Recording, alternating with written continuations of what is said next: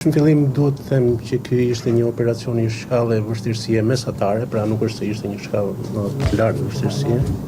Për ekzekutimin e 11 vendime masave të sigurisë nga gjykata dhe urdhërave të prokurorit janë angazhuar rreth 110 punojës policie me një efektivitet goxha të mirë, ku 9 prej tyre janë arrestuar deri më tash, po ashtu siç edhe ju cekët më përpara vazhdon puna për kapjen e personave të tjerë.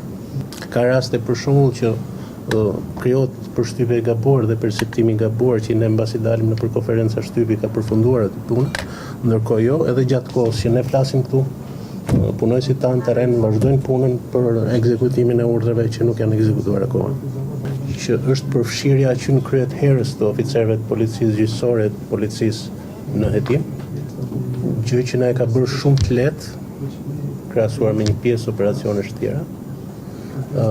Ekzekutimin e masave të sigurisë gjatë operacionit sot.